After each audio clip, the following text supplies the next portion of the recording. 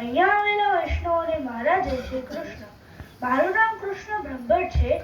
આજે હું શ્રી ગુસાઈજીના જન્મદિવસ ઉપર વાત કરીશ.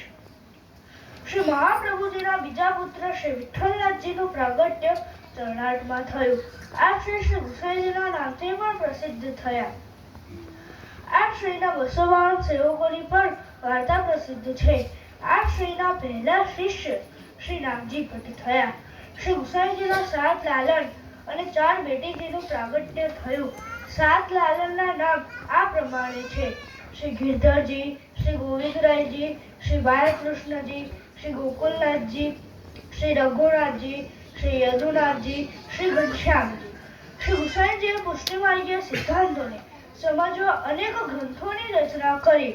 વિવિધ કલાઓને ભગવત સેવામાં વિનિયોગ કરવાનો પ્રકાર બતાવ્યો. શ્રી ગુસાઈજીના માર્ગદર્શનમાં પુષ્ટિ ભક્તિ માર્ગમાં કીર્તન પ્રણાલીનો વિશેષ વિનિયોગ થયો. શ્રી ગુસાઈજી પણ સ્વયં સંસ્કૃત ભાષામાં સુંદર કીર્તન પદની રચના કરી.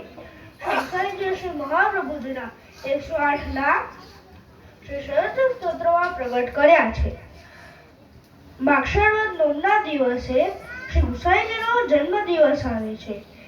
ઘણા ઘરોમાં બધાઈ બેસી ગઈ છે. મારા તરફથી આ બધાને ખૂબ ખૂબ બધાઈ. વલ્લભાધીશ કી જય. અત્યંત સુંદર.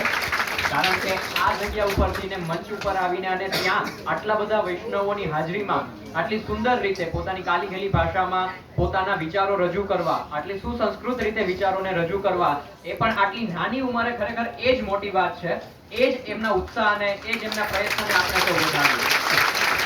શ્રી ગુસાઈજી મહારાજના જીવન ચરિત્ર પણ જે પણ એમને વક્તવ્ય આપ્યું, અને થોડા જ ક્ષણો પહેલા જ આપણે જે પણ બધા વૈષ્ણવો અહીંયા કીર્તનગાન કરી રહ્યા હતા એની અંદર પણ ગુસાઈજીના વધાઈનું આપણે સુંદર કીર્તન પણ સાંભળ્યું.